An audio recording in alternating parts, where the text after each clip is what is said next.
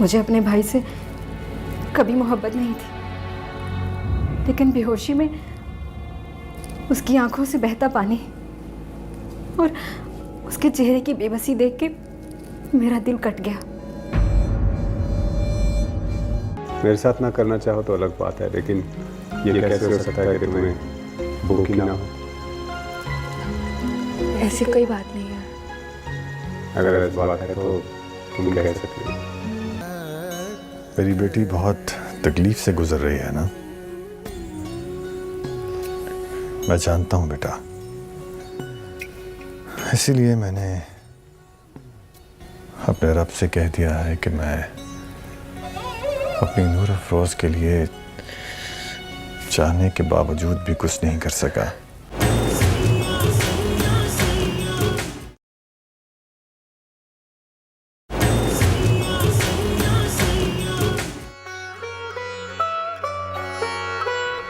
नूर अफरोज। जी बीबी मुर्शिद। एहराम के कपड़े ले आओ जरा ऊपर से जाके।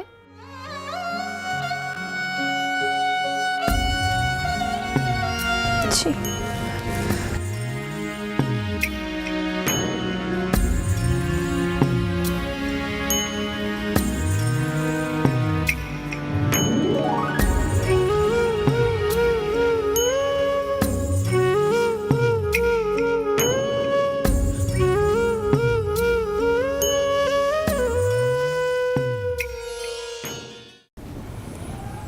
मेहरबानों ने भी हद कर दी, बेटी का नाश्ता ही नहीं लाए। उन्होंने मुझसे अल्लाह अल्लाह करके जान छुड़ाई है, फिर मैंने उन्हें ज़माने में निकलने के काबिल ही कब छोड़ा है। ममानी जान, शादी वाला घर है वो भी, बहना मसरूफ होंगी। ये तो रात ही तय हो गया था कि पहले वो लोग आएंगे फिर हम जाएंगे वहाँ। खैर है ममानी जान, अपना ही घर है ना, वो भी नहीं सोचते ऐसी बात।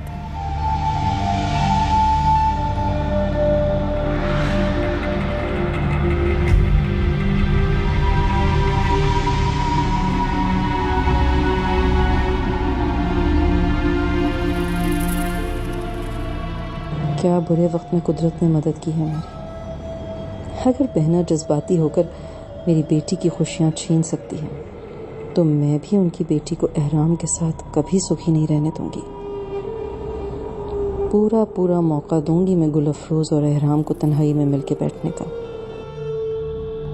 अगर मेरी बेटी बहना के बेटे की आवारागर्दियां सहेगी तो चैन से राबेल भी नहीं बैठेगी।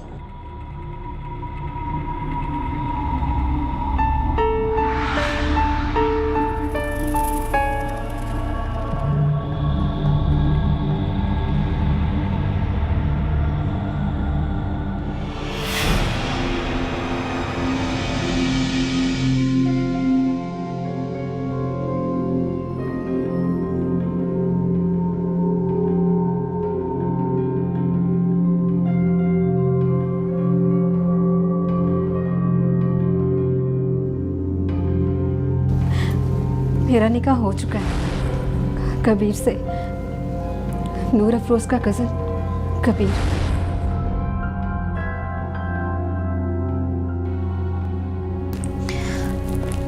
आपके कौन से कपड़े निकालो छोटे सरकार?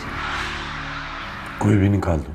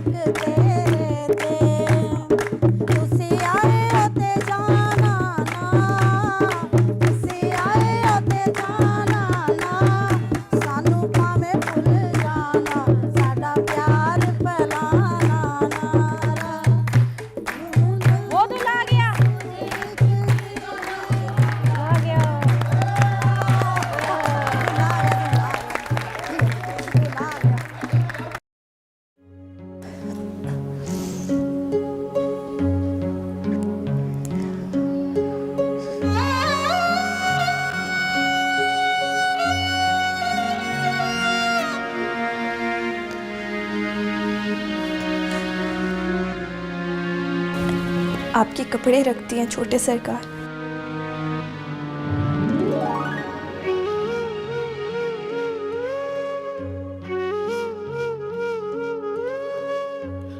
एक ही रात में मोहब्बत क्या, ये तो नफरत करना भी भूल गया।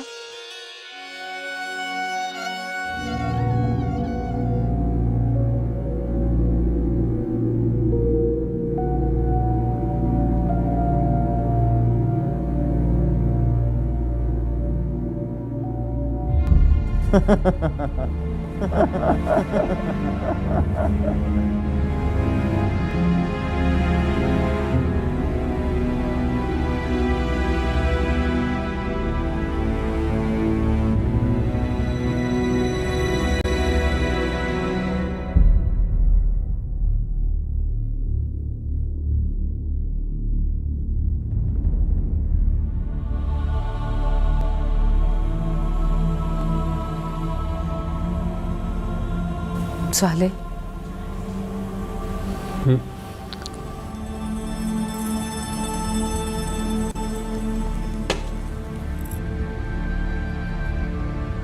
मैं भूल ही गई थी, आज नाश्ता लेके पहले हमें जाना है।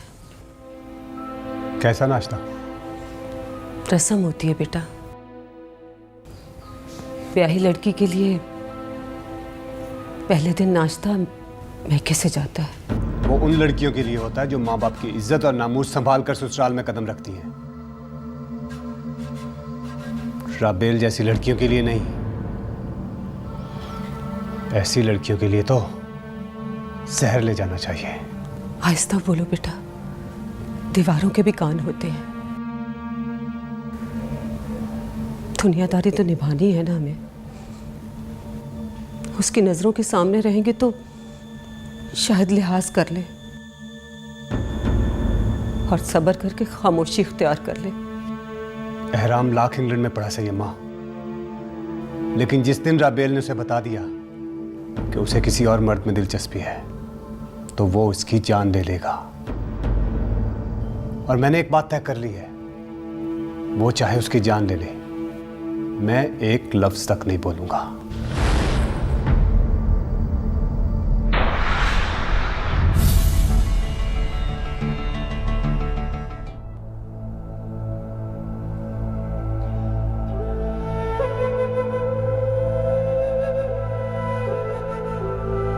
या अल्लाह, ये कौन सी नई आजमाइश है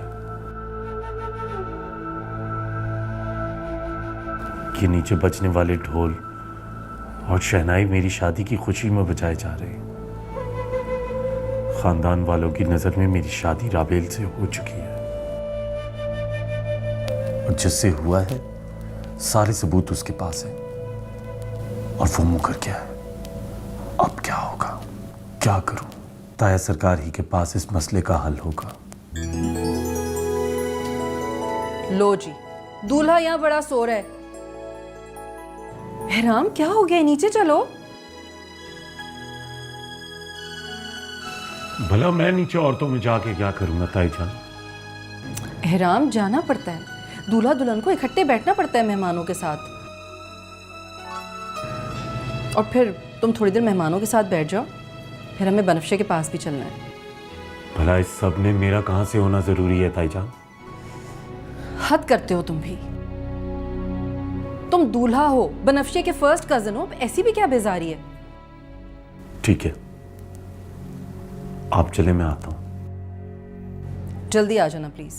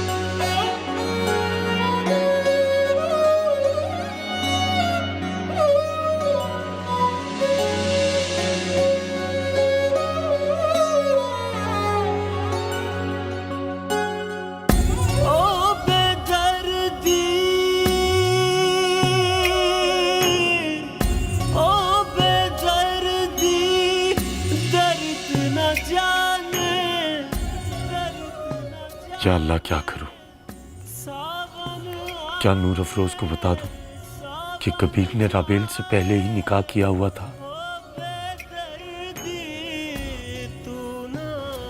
पर अगर उसने निकाह कर भी लिया था तो वो मुकर क्यों रहा है? क्या हमारी की हुई इंसल्ट है उसका बेस? क्या मलका चाची का गुमनाम रिश्ता, या फिर नूर अफरोज का मुझसे निकाह? क्या बैकग्राउंड है इस स्टोरी का? इतनी जल्दी मुझे नहीं भुला सकता, बस नजरें नहीं मिला पा रहा। काश एक दिन हम दोनों भी यूं बैठे होते और लोग हमारे गलों में हार डाल रहे होते।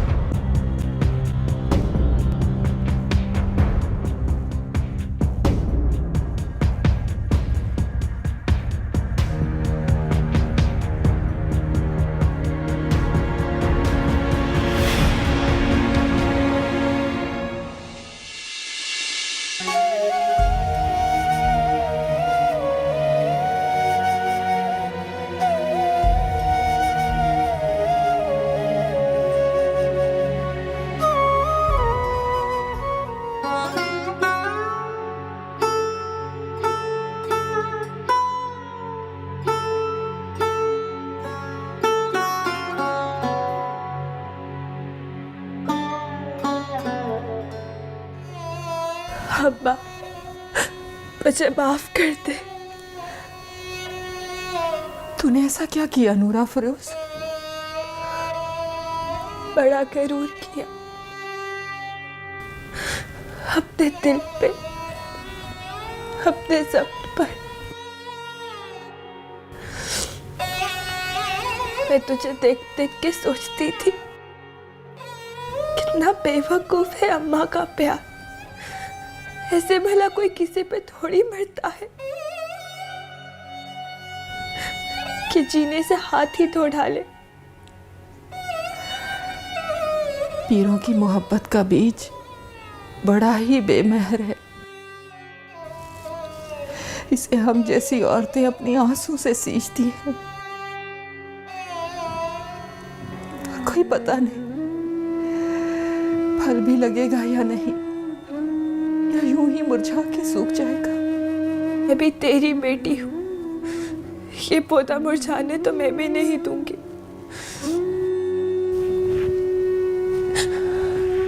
अगर आंसू कम पड़ गए तो खून पिला के भी इन्हें जिंदा रखूंगी।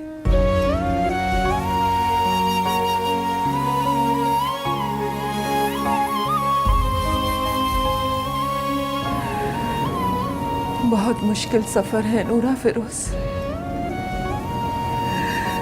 मैं तुझे किसी ऐसे सफर से बचाने के लिए यहाँ लाई थी। मुझे क्या पता था कि तू मेरे पीछे पीछे उसी राह पे चल देगी। मुझे बड़ा दुख है नूरा फिरोज तेरी इस मुशक्कत पे। मुझे बड़ा अफसोस है।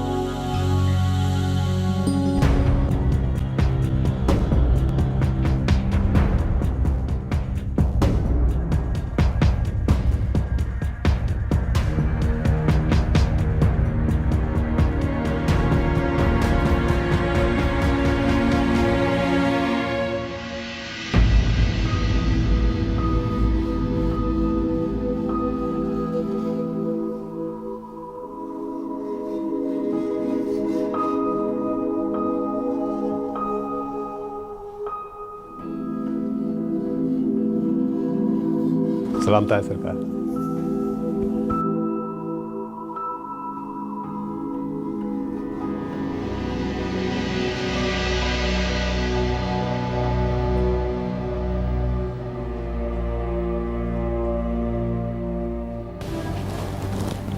कैसी हो?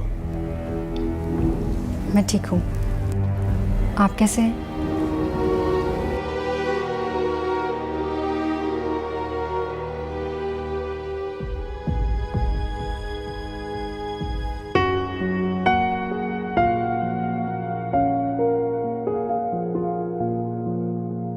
कैसे हो एहराम? ठीक हूँ। क्यों मिसाल है? कोई प्रॉब्लम तो नहीं हुआ मेरी बेटी को तुम्हारी वजह से? नहीं ताया सरकार, आप खुद मिलकर पूछ रहे हैं।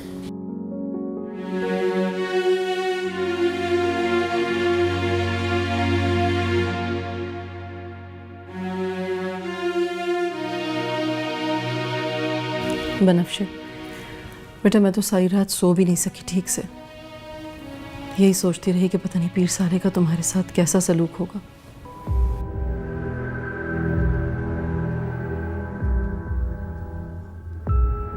मगर तुम फिक्र मत करना, वो जो आते आते तुमने मुझे नूर अफरोज और एहराम के चक्कर की बात बताई थी ना, मैंने उसी में से मसले का हल निकाल लिया। मैं भी नूर अफरोज को एहराम के आगे से हटने नहीं दूंगी।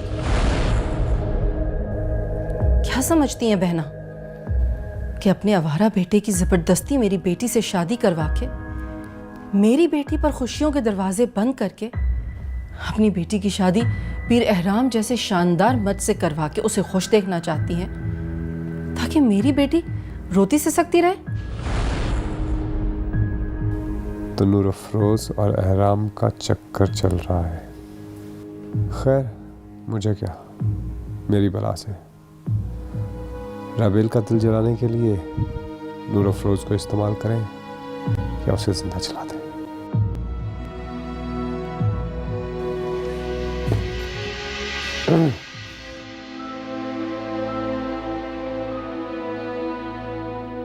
क्या मैं अंदर आ सकता हूँ ताईजान?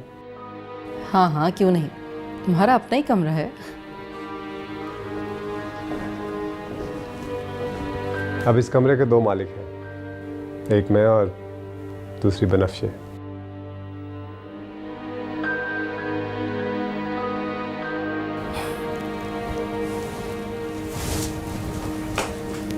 अल्लाह करे तुम हमेशा ऐसे ही रहो।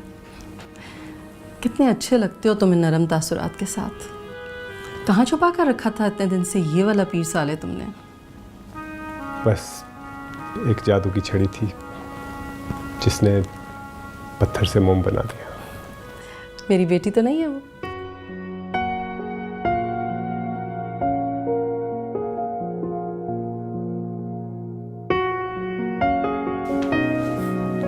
अच्छा, तुम लोग बाहर आ जाओ, सब इंतजार कर रहे हैं। हाँ जी।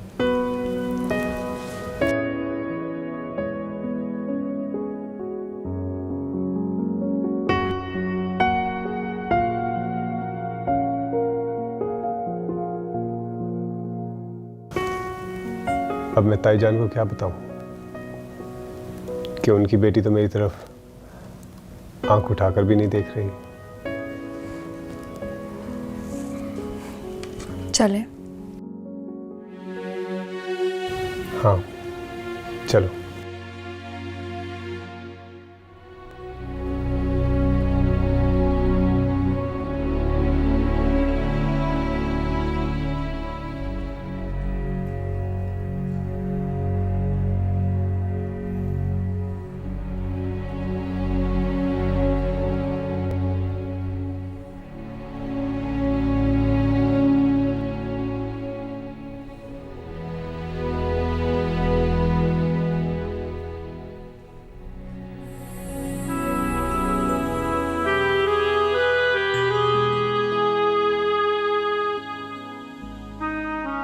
या अल्लाह, मेरी बेटी मेरी मर्जी के लिए किसी मुहूर्त की तरह उठ के पीर सौलह के घर रवाना हो गई। उसकी फरमाबरदारी के एवज़ उसकी ज़िंदगी में खुशियाँ भर दे। मैं उसे हंसता मुस्कुराता मुतमईन देखूं। या अल्लाह, पीर सौले का कल्ब नरम कर दे।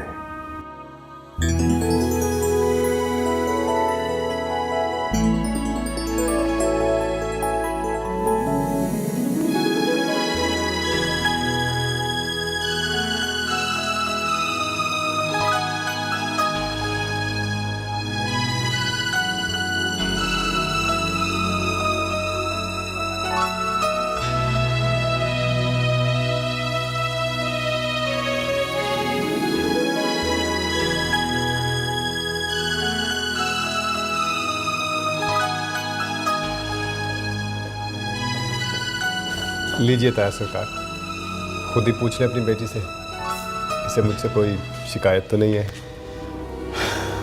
मुझे इससे कुछ पूछने की जरूरत नहीं है। अगर इसे तुम पर शिकायत होती तो मैं इसका चेहरा देख के समझ जाता।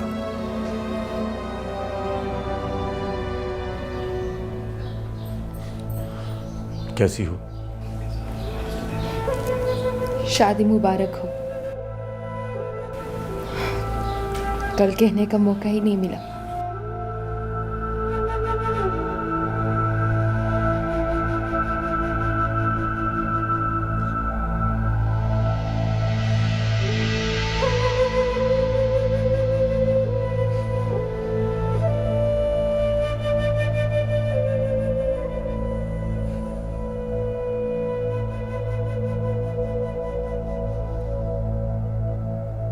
बहुत बहुत मुबारक हो राबेल आपकी।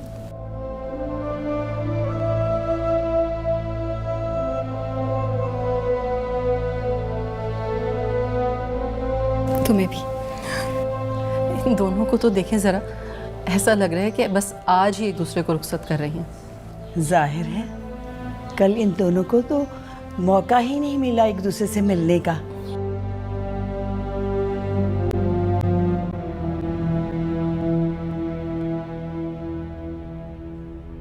अरे खैर, ये कौन सा प्रदेश जा रही थी? हाँ, एक बाप के घर से निकली, दूसरे बाप के घर में आ गई। दोनों जैसे मैके में ही हो।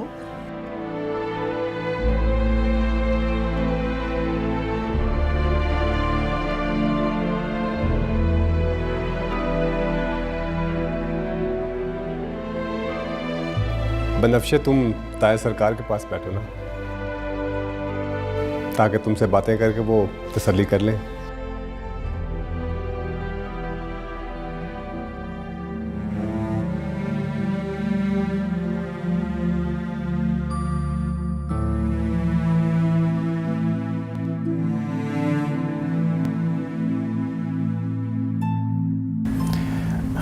बेटा, बड़ा अजीब रवैया है पीर साले का। क्या ये सबके सामने ऐसे कर रहा है या वाकई तुमसे इतना ही काइंड भी है? पापा जी, अब पूछने का क्या फायदा? आप तो अपनी बेटी को इस आग में झोंक चुके हैं।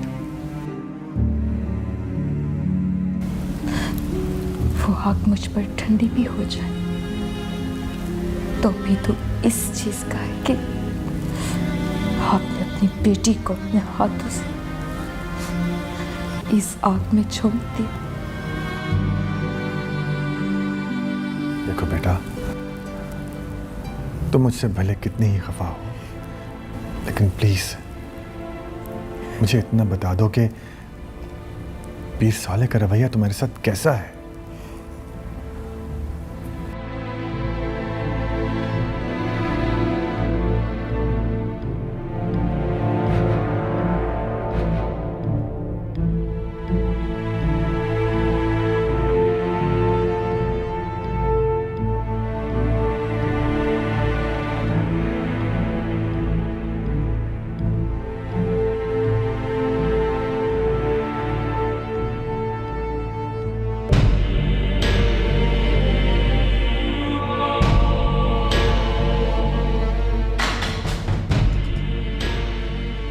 अल्लाह का अज़ाब नाज़िल हुआ है मुझ पर। मैं जल रहा हूँ मगर दुनिया को नजर नहीं आ रहा। तकलीफ से जान जा रही है, मगर आवाज़ निकालने की इजाज़त नहीं। अगर मैंने आ भरी तो बदनाम हो के 2 टके का हो जाऊंगा। सारी जिंदगी लोगों की इज्जतों से खेला हूँ। कितनी खामोशी से मेरे रब का अजाब नाज़िल हुआ है मेरी इज्जत पर।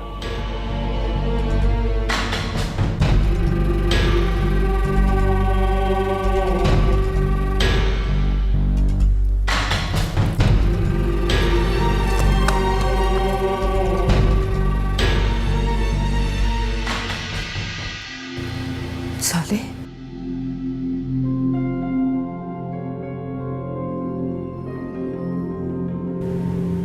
तू यहाँ क्यों बैठा बेटा? पता नहीं क्यों अम्मा, लोग मुझे देख रहे हैं तो शर्म आ रही है मुझे उनसे।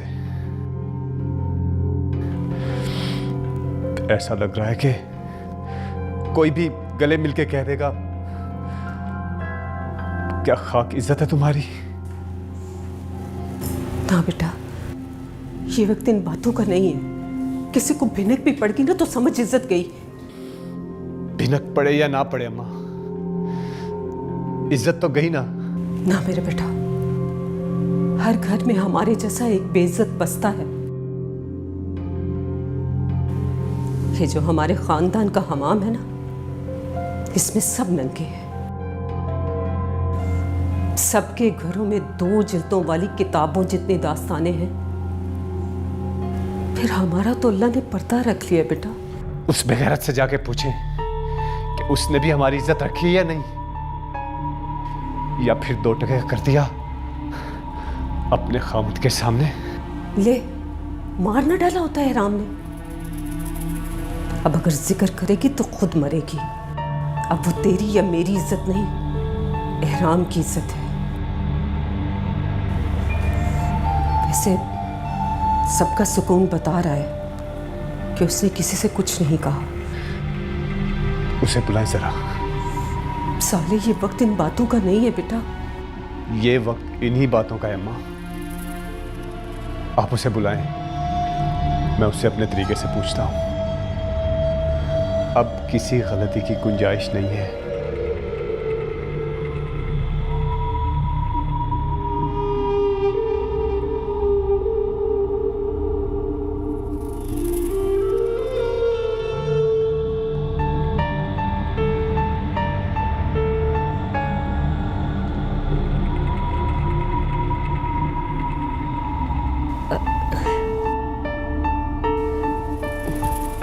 राबेल, तुम्हारा भाई अंदर बुला रहा है। लो भाई, मेहरबानो कहाँ पीछे रहती है? वो भी तो अकेले में बेटी से पूछेगी ना, शहरबानो कैसी सास है, कहीं उसकी बेटी पे रोक तो नहीं जमा रही? मैं नहीं, इसका भाई पूछना चाह रहा था इसका हाल। आखिर बाप की जगह है ना। राबेल, उठो, अंदर चलो, भाई बुला रहा है।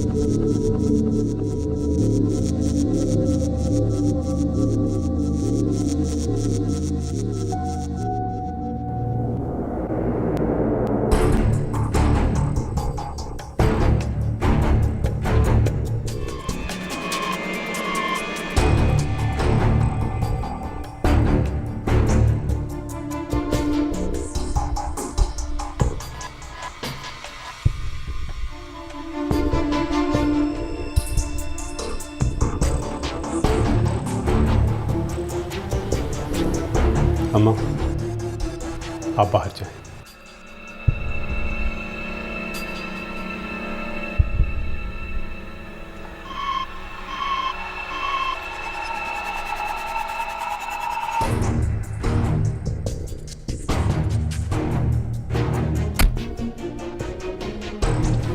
बैठो।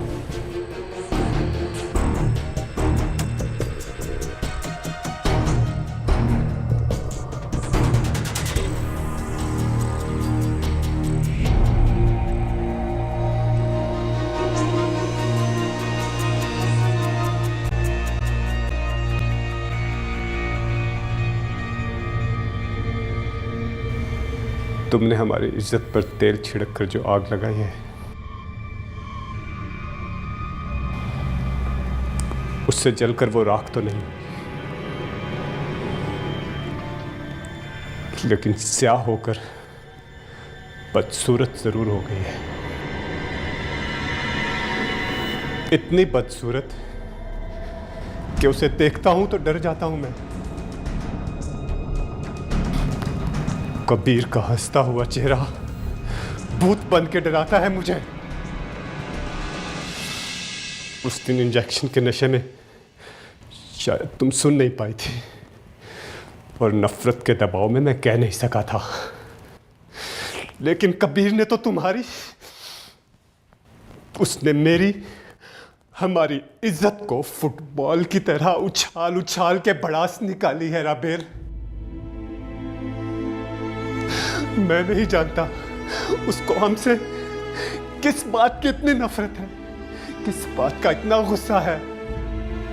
कोई इंसान भी एक दो झड़पों की वजह से इतनी हदें पार नहीं करता जितनी वो कर गया।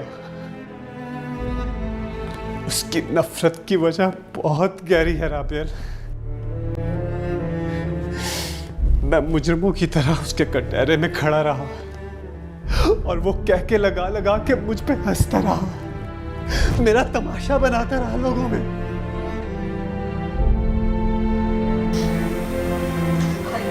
चुप चुप चुप चुप।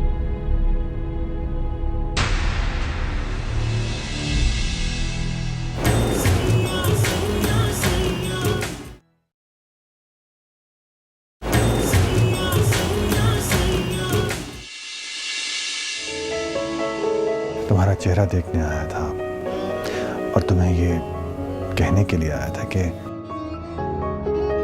तुम्हारे साथ तुम्हारी माँ की तरह नाइंसाफी नहीं होगी। उसके हिसाब से तो तुम यहाँ मेरे ताया के घर में कैद में